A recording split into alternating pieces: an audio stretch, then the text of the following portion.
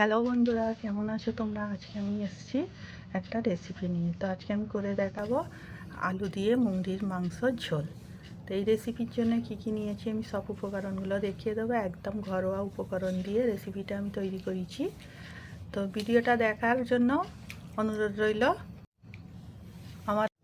তো এই রেসিপিটার জন্য আমি এখানে 500 মুরগির মাংস নিয়ে নিয়েছি। এগুলো আমি ভালো করে পরিষ্কার করে কেটে ধুয়ে নিয়েছি। এখানে আমি একটা বড় সাইজের পেঁয়াজ কুচিয়ে নিয়েছি, কড়াইশুঁটি ছাড়িয়ে নিয়েছি, একটা টমেটো কেটে নিয়েছি, দুটো কাঁচা লঙ্কা নিয়েছি, আর আলুটাও আমি কেটে পানিতে ভিজিয়ে রেখে দিয়েছি। তো চলো এবার আমি রান্নায় চলে যাচ্ছি। তো এখানে আমি মুরগির মাংসটা একটু মশলা মেখে নেব। অল্প একটু হলুদ, নুন আর একটু সাদা তেল, একেবারে আমি ভালো করে মাখিয়ে নেব। তো এখানে আমি একটা কড়া নিয়েছি, কড়াটা আমি গ্যাসে বসিয়ে দিচ্ছি। আমার কড়াটা গরম হয়ে গেছে। এখানে আমি তেল দিয়ে দিচ্ছি। তো আমার এখানে তেল গরম হয়ে গেছে। আমি এর মধ্যে মুরগির মাংসগুলো সব দিয়ে দেবো একটা একটা করে।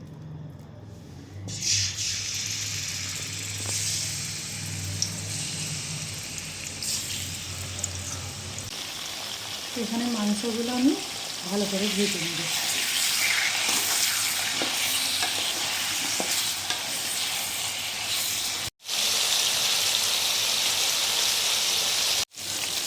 এখানে মুরগির মাংসটা আমার ভালো হয়ে গেছে। ভালো করে এটা আমি একটা জায়গায় উঠিয়ে দেবো।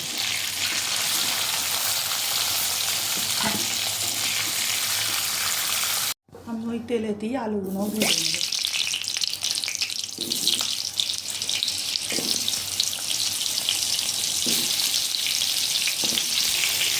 এটা একটু নুন দিয়ে দেবো আর অল্প একটু হলুদ দিয়ে আলুটা ভালো করে ভেজে নেব। তো আমার আলুগুলোও সব ভাজা হয়ে গেছে। এগুলো আমি একটা জায়গায় উঠিয়ে নেব।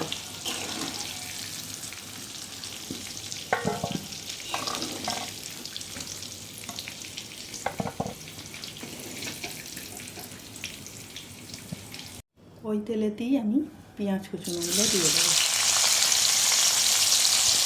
পেঁয়াজটা আমি একটু ভেজে নেব।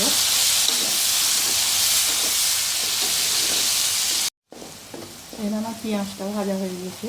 এবারে এর মধ্যে আমি কিছু মশলা দিয়ে দেবো। হলুদ হাফ চামচ লঙ্কা, হাফ চামচ ধনে, হাফ চামচ জিরে, গোলমরিচ, কালারের জন্য কাশ্মীরি লঙ্কা। এখানে মশলাটাকে আমি ভালো করে নাড়াচাড়া করবো, কিন্তু যখন মশলা দেবে তখন চুলোর আঁচটা যেন একদম কম থাকে। আমার চুলোর আঁচটা এখানে একদম কম আছে। এর মধ্যে দিয়ে দেবো এবারে একটু পানি, অল্প দেবো পানি, বেশি দেবো না। এখন পানিটা দিয়ে ভালো করে নেড়ে নিতে হবে। এবারে আঁচটাকে আমি একটু জোর করে দেবো। এটা ফুটে যাক, মশলার গন্ধটা কেটে যাবে। আমি দিয়ে দেবো টমেটোটা,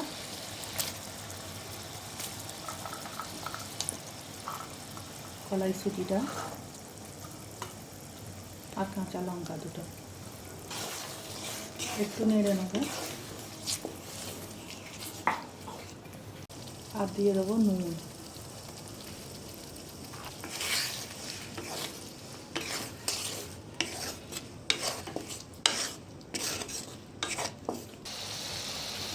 এখানে এটা আমার ফুটে গেছে।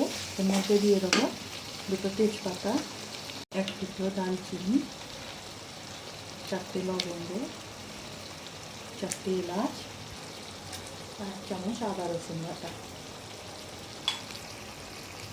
এটাকে আমি ভালো করে কষিয়ে নেবো যাতে মশলার কাঁচা গন্ধটা কেটে যায়।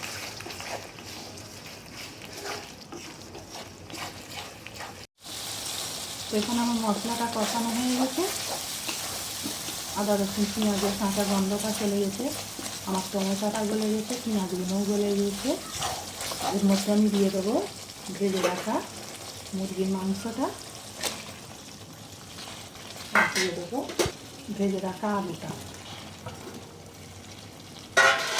এটাকে আমি এখন ভালো করে একটু কষিয়ে নেব।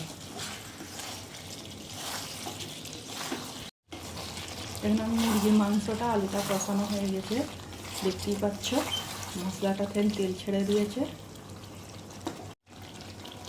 এখানে আমি পানি দিয়ে দিচ্ছি।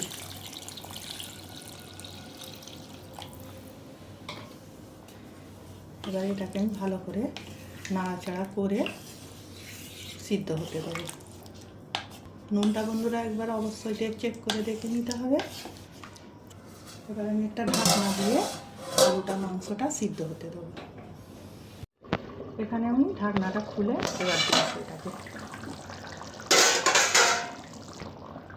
দেখতেই পাচ্ছ পানিটা অনেকটা আমার কমে এসেছে।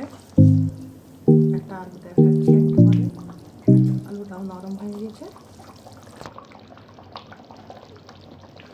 এখানে আমি মাছটাকে লো করে দিয়ে আরও 5 মিনিট দম রেখে দেবো।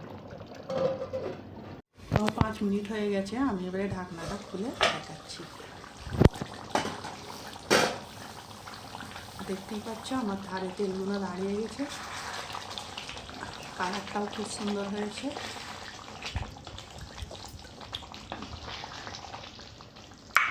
এটা আমি চুলো অফ করে আরও 5-7 মিনিট রেস্টে রেখে দেবো।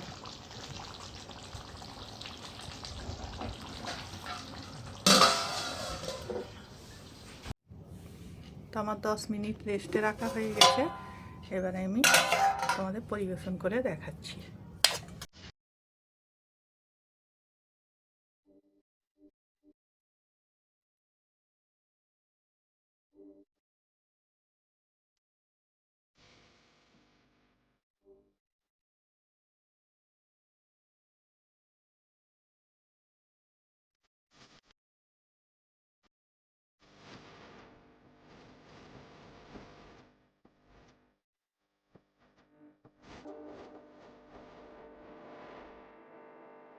চ্যানেলটাকে সাবস্ক্রাইব করবে, লাইক দেবে, শেয়ার করবে আর কমেন্ট করে জানাবে আমার এই রান্নাটা কেমন লেগেছে।